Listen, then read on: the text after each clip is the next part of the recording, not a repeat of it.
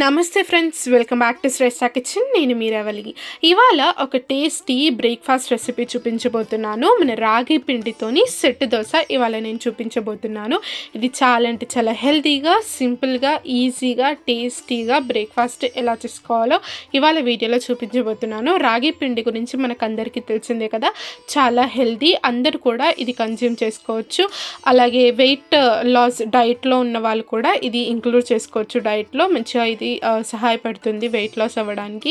అలాగే డయాబెటీస్తో బాధపడేవారు కూడా దీన్ని వాళ్ళ డైట్లో ఇంక్లూడ్ చేసుకోవడం వల్ల షుగర్ కూడా కంట్రోల్లోకి వస్తుంది. అలాగే కొలెస్ట్రాల్ మేనేజ్మెంట్లో కూడా ఇది చాలా హెల్ప్ అవుతుంది. సో రాగి పిండితో చేసుకునే ఈ సెట్ దోశలు ఎలా చేసుకోవాలో ఇవాళ వీడియోలో నేను చూపించబోతున్నాను. వీడియో చివరి వరకు చూడండి.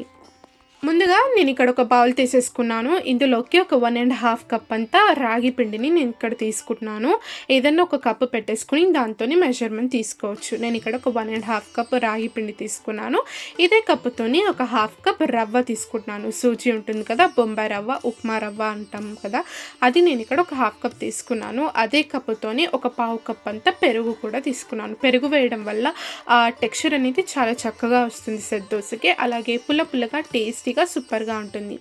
ఇప్పుడు ఇందులోకి 1/4 కప్ అంత వాటర్ కూడా వేసేసుకొని ఒకసారి చక్కగా ఇదంతా కూడా కలిపేసుకున్నాక మరికొన్ని వాటర్ నేను ఇక్కడ వేస్తున్నాను. ఒక 1/2 కప్ అంతా ఇలా వాటర్ వేసుకొని ఒకసారి బాగా కలిపేసుకొని ఒక 10 నిమిషాల సేపు ఈ పిండిని అలా పక్కన పెట్టేసుకుందాం మనము.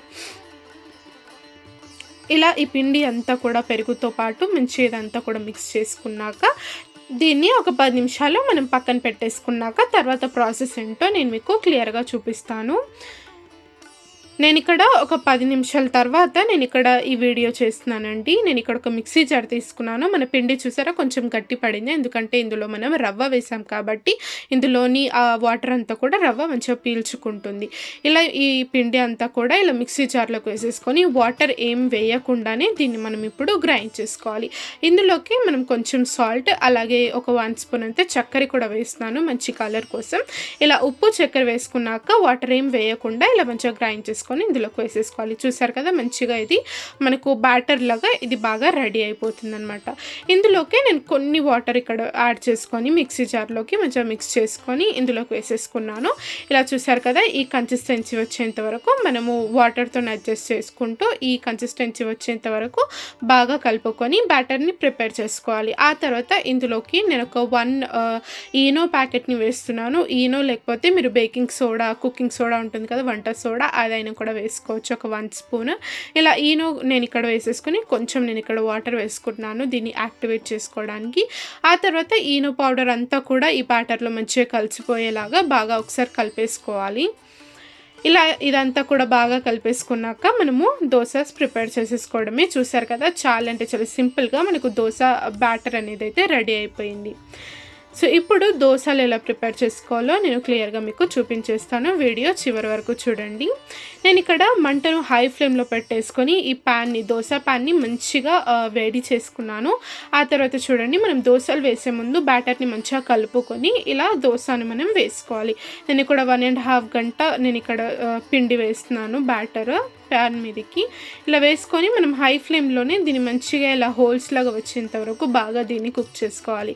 ఆ తర్వాత ఇలా హోల్స్ అన్నీ కూడా ఏర్పడ్డాక మనము మంటను మీడియం ఫ్లేమ్లోకి పెట్టేసుకొని ఇలా మీద నుంచి ఒక మూత పెట్టుకొని ఒక నిమిషం పాటు దీన్ని బాగా కుక్ చేసుకొని ఆ తర్వాత మూత తీసి చూస్తే మనకు దోశ రెడీ అయిపోతుందండి. చక్కగా ఈవెన్గా లోపల వరకు మంచిగా కుక్ అయిపోతుంది. ఈ రాగి దోశ అనేది సూపర్గా మనకు రెడీ అయిపోతుంది. ఆ తర్వాత నేను మళ్ళీ ఒకసారి చూపిస్తున్నాను. దోశ వేసుకునేటప్పుడు పిండి ఒకసారి బాగా కలిపేసుకొని హై ఫ్లేమ్లో పెట్టుకొని దోశ వేసుకోవాలి. హోల్స్ ఏర్పడ్డాక మూత పెట్టేసుకొని మీడియం ఫ్లేమ్లో ఒక నిమిషం పాటు దీన్ని కుక్ చేసుకుంటే సరిపోతుంది. టేస్టీ టేస్టీ సెట్ దోశలు, అవి కూడా రాగి పిండితోని హెల్తీ సెట్ దోశలు అనేవి రెడీ అయిపోయి. చూసారు కదా ఎంత యమ్మీగా కనిపిస్తుందో. అసలు యమ్మీతో పాటు హెల్తీ కూడా. తప్పకుండా ఇది మీ డైట్లో ఇంక్లూడ్ చేసుకోండి. అలాగే హెల్తీ రెసిపీస్ కోసం మన ఛానల్ని చూస్తూనేనండి. మరిన్ని టేస్టీ రెసిపీస్ రెసిపీస్ అలాగే హెల్దీ రెసిపీస్ కూడా నేను మీతో షేర్ చేసుకోబోతున్నాను. సో ఛానల్ని ఇప్పటివరకు సబ్స్క్రైబ్ చేసుకొని వాళ్ళు తప్పకుండా సబ్స్క్రైబ్ చేసుకొని పక్కనే ఉన్న బెల్ ఐకాన్ కూడా ప్రెస్ చేయండి. నేను పెట్టే ప్రతి ఒక్క వీడియో మీకు నోటిఫికేషన్ వస్తుంది. చూసారు కదా దోశ ఎంత స్పాంజీగా సాఫ్ట్గా సూపర్గా అయిందో. ఇక్కడ చూడండి నేను ఇక్కడ టమాటో చట్నీతో ఇక్కడ నేను సర్వ్ చేసుకుంటున్నాను. ఈ రెసిపీ కూడా నెక్స్ట్ వీడియోలో నేను మీతో షేర్ చేసుకోబోతున్నాను. ఈ వీడియో నచ్చితే లైక్ చేయండి, షేర్ చేయండి, మన ఛానల్ని సబ్స్క్రైబ్ చేసుకొని పక్కనే ఉన్న బెల్ ఐకాన్ కూడా ప్రెస్ చేయండి. Thank you.